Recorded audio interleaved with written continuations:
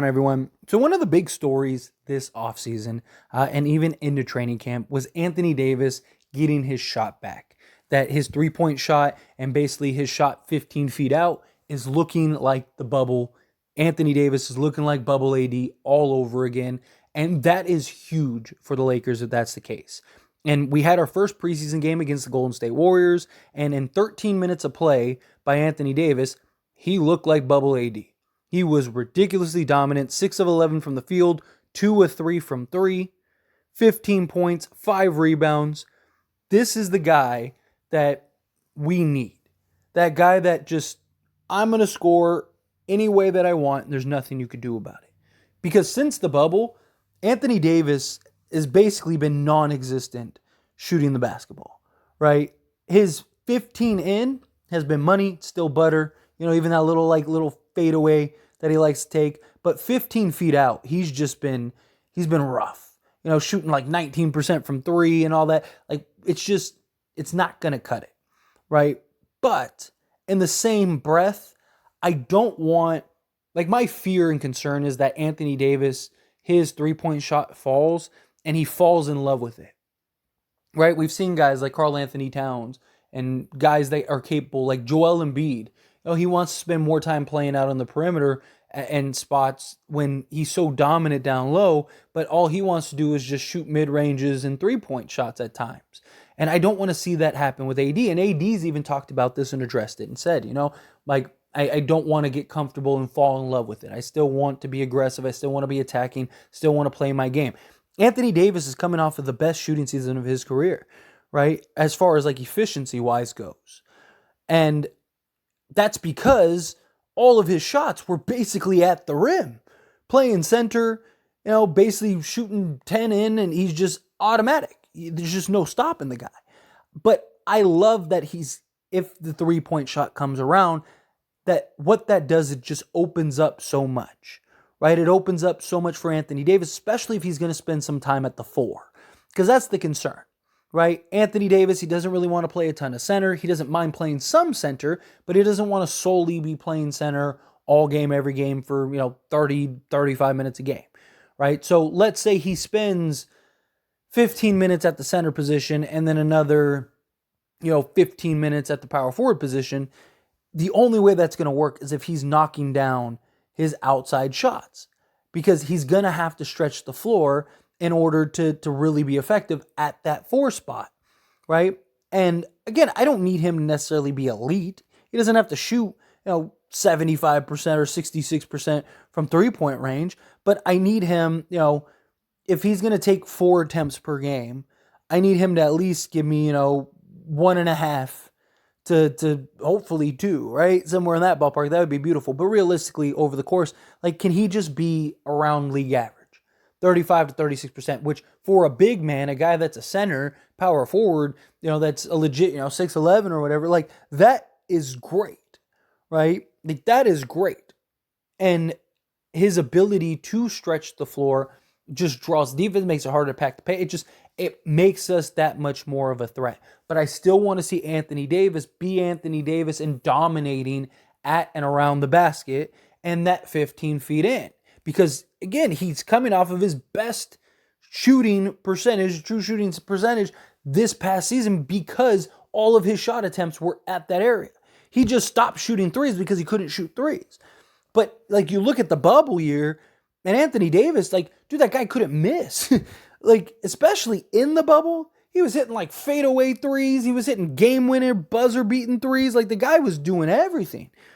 And I would love to see him get back to that, but don't fall in love with it. He needs to find that nice balance. Like I said, take 3 or 4 attempts per game, especially if you're playing at the 4, right? I'm totally okay with that. But a majority of his shots, if he's taking, 19, 20 shots a game, 15 to 16 of those need to be not 3-point attempts, right? They need to be in that 15-foot range area where we know he's butter. Right, where we know even if he's having a bad shooting night, that shot's still going to fall. That's what I want to see. But also beyond Anthony Davis, Jared Vanderbilt. He's a guy that there's been a lot of talk, and we've seen a lot of videos, and I've covered it a lot, that Jared Vanderbilt has been working like a madman all offseason on that corner three. And it's one preseason game, so, I don't want to get too crazy, too carried away, but he was 2 or 3 from 3, just like Anthony Davis. But here's the thing about Jared Vanderbilt shooting, at least in the Warriors game. You saw the confidence and you saw the just immediate, no hesitation, comfortable type shot, right? Like last season, there were times where he'd get the ball and you could tell he was thinking about it. He was hesitant. He didn't really want to shoot several threes, right? But he knew like, okay, I got to get the shot up, right? Especially like when everyone's establishing position and stuff like if you don't take that shot, you just ruin the entire flow of the offense. Take the shot, right? But he was so bad last year, shooting around 30% from 3. It's not ideal. And I don't need him again to shoot 66% for 3. Just be respectable, right? If he can, just like Anthony Davis, shoot around league average, give me 35 to 36%. If he can do that, now he becomes a legit threat, a legit weapon to where teams are going to have to be honest on him. And it, just like Anthony Davis, that opens up so much. And it makes Jared Vanderbilt that much more playable. Because look, Jared Vanderbilt is elite defensively. He is, not named Anthony Davis, our best defensive player. He is arguably, if not, the best on-ball defender in the entire league. The guy is ridiculous. But if we're going off of last season, he's also our worst offensive player. And we saw that last season where, especially in the playoffs, where his minutes just kept dwindling down because we would go in these like offensive droughts. And it's like, yeah, Jared Vanderbilt is his defense keeping us good, but we can't score. We got like, what do we do? Where he can't take out LeBron, Reeves, AD, guys like that. So it's like, Jared Vanderbilt's got to go. But if he can actually provide some level of offense and some consistent shooting, that opens up so much more. It makes it harder for teams to pack the paint and double or triple team Anthony Davis down in the post. Because now you got a guy, Jared Vanderbilt, who's knocking down, 36% from 3. It's like, we don't want to trade 3s for 2s. So what do? Right? And now you have a legit 3-and-D style wing in Jared Vanderbilt. Like, that's perfect. Like, that's ideal. And that's what I'm hoping Jared Vanderbilt kind of comes around to, right? Because that's what his shot, like, I don't want Anthony Davis falling in love with the 3, but Jared Vanderbilt's going to need to, because that's going to be his role, right? He's going to be tucked away in the corner and just launching those things. And I liked seeing him kind of shooting with some confidence, right? There wasn't this lack of hesitation or just this like concern. Like, he missed his first one and then he made his next 2. And even after he missed the first one, he was confident in it because you could tell he's been working on it so much. He knows it's coming. It's going to fall, right? He knows, like, I've put in the hours. I put in the time. I've been working like a madman on this, right? And that's what I want to see. I want to see this continued growth and just potential, because I think you got to go with Jared Vanderbilt in the starting lineup. I've said this constantly. I still believe it. I still stand by it. I think you got to go with, your main 4 guys in D'Lo, Reeves, LeBron, and AD, and Jared Vanderbilt's that guy that I think just puts it all together because of his defense, right? They were the number 1 defensive team in the league with that starting unit. That starting unit went to the conference finals, right? And that was without any chemistry and just understanding know-how. And then you add in the fact that Anthony Davis can shoot the 3 ball and so could Jared Vanderbilt. Good luck. Because now the Lakers are probably going to be one of the best offensive teams too, especially in the starting unit, if Anthony Davis and Jared Vanderbilt can consistently knock down 3s. Because now also what you could do is you could pull AD out and you have LeBron James, Austin Reeves, and D'Angelo Russell, who can all just go get to the basket at will.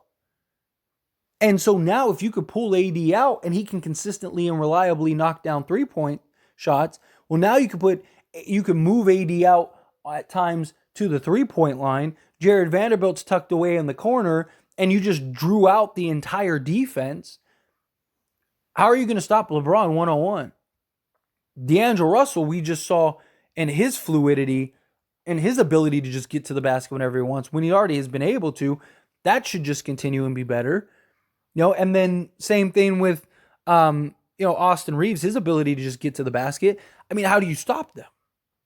And it's going to come down and boil down to Jared Vanderbilt and Anthony Davis. If they can knock down consistently a respectable volume and percentage, then I don't see how you're getting through the Lakers.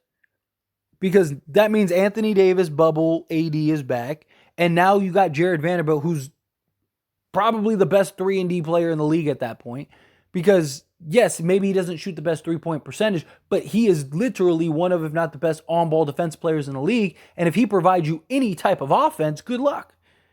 Right? That's the one thing he's lacking, is the offensive output and production. So I'm pumped. I'm stoked. But anyway, as always, this is a discussion, so I pass the question on you. Let me know your thoughts and opinions down in the comments below. What do you think? How do you feel? Again, I understand it's just one game. It's just sample size. I need to see that consistent, but that's why I keep saying consistently. I need to see it consistently, right? I don't want to put too much stock into just one game, but it was nice to see it, that both of them looked comfortable. Both of them looked confident. Neither of them really hesitated and were willing to just get it up. And that's what I like to see. But again, love to hear your thoughts and opinions down in the comments.